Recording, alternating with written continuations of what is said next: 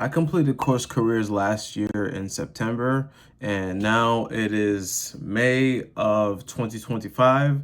And I'm going to talk about, did course careers actually help me do what they promised to help me do, which is land a job in tech with no prior experience. And then also, I'm going to give you 3 things that I really wish that I knew before I started this journey.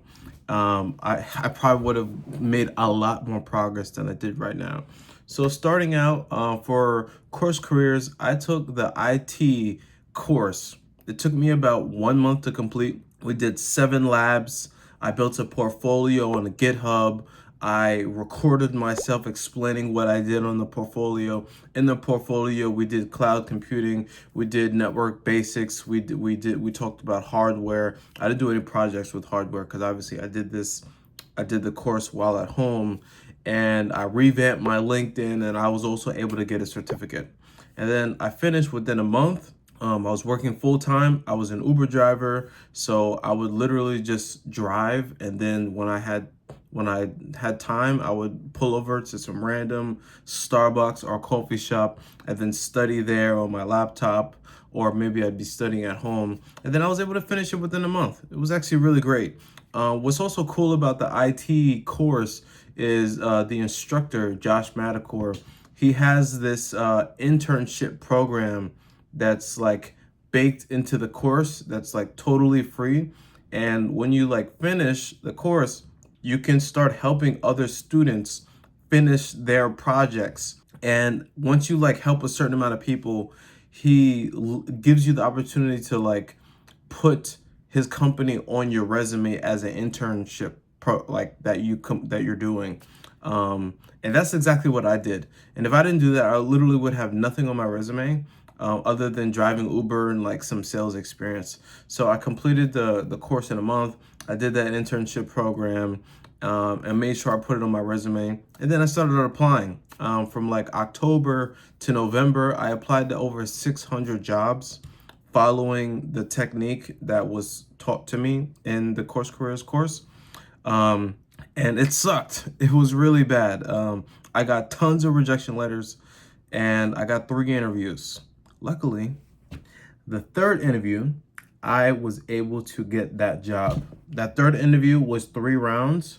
First interview was like 30 minutes. They were just asking me a couple questions, asking me about things on my resume. They even asked me about that internship program, and I explained to them exactly what it was. I literally just told them, hey, I joined a program where I'm working on these different technologies like Microsoft Azure. And when I was done, I started helping other students complete that coursework. And what I did is exactly like what it says. And they're like, okay, cool. So that was really great. Then I had the 2nd interview, which was a behavioral interview. Then I had an Excel assignment. And then the last interview was like a platform assessment. And then me doing an interview with the manager. And I'm still working at that job. So it did work for me, but it wasn't easy. I would say it was pretty quick, but I was also really like executing. I really showed up. I applied to as many jobs as I could. I would say now going into like the 3 things I wish I knew, it's great that I applied to over 600 jobs, but the thing that really got me this job that I noticed is that I tailored my resume to the job description. Like they were asking for very specific things, and I had used ChatGPT to like say, hey, take what I already have on my resume and just translate it to show that I can fulfill these positions. Now, it wasn't like lying, because if you look at the job description for the job I have now, like I could do that. But I'm just massaging it to fit what they want, to like basically show them this is what I want. That's the first thing that I would say that I wish I knew. The second thing that I wish I knew was to prepare yourself for the behavioral interview. And if you don't know what that is, basically it's types of questions that they ask you so they can understand what type of character you have, the type of person you are. Basically to understand how you're going to react in certain situations. They're going to ask you questions like, tell me a time where you messed up, like what did you do to resolve the issue? Or tell me a time where you had to collaborate with a team. How did you collaborate? The fact that I prepared for that before I got into that interview was a game changer, because what I did is first I had asked the recruiter, hey, what can I expect like from the interviews coming up? Like, what type of questions they're gonna ask me? And he told me that we're gonna do a behavioral interview. So I looked up what that is, and then I made a list of all like top 10 questions, and I thought of two stories for each question. So I had like 18 stories at the end. And it was difficult to do that. It took me like a couple days to like think of stories, but I thought of different stories in my life that I can say when I'm in that situation. It doesn't have to necessarily be job experience, but obviously you want these questions to show how you react in certain situations. So, when it was time for the interview, they were asking me questions, and they weren't exactly the same questions that I had prepared for, but they were similar enough for me to talk about a story to answer that question. And they were very impressed. They were very impressed. And then the manager, by the time I got a chance to meet him, he had heard so much from everybody else who had interviewed me that he was just like, just doing a vibe check pretty much. That's the second thing that I would say that I really wish I knew. And then the third thing that I'd say I really wish I knew is that even if you don't have actual technical experience, if you can prove these two things, people will give you a chance. The first thing you need to prove is that you have excellent communication skills, both verbal and written. So verbal is just speaking clearly. It doesn't mean using big words. It just means getting your point across in a clear manner.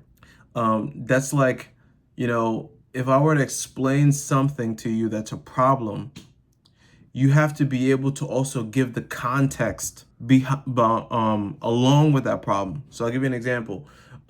If I take my car to a mechanic and I want him to fix it, I don't just say, hey, bro, my car's broken. Can you do something about it? You see the problem with that? Like, that doesn't help you. You don't give him the context. You have to tell him, like, what happened? Where is it? Where is the problem? When did this happen? Why do you think it's happening? Like, give them all the context. That's part of verbal communication. And then I'd say written communication is more about like paying attention to like small details. Don't miss small details, because if you miss a small detail, you start communicating a solution, but you totally forgot this important point, is not going to be very helpful to whoever you're helping. So I was able to demonstrate some communication skills.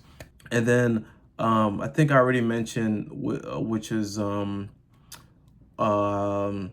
proved to them that I was able to learn complex things. Everything I did in my course with Course Careers, all the projects I did with Active Directory and Microsoft Azure, like I don't work with any of those technologies. But because I created projects and I documented myself, like configuring OS ticket and like working on these things, it gave them the confidence to say, well, if he can learn this, he can learn this, right? So it's just like proving that I have technical expertise, that I can learn like complex things.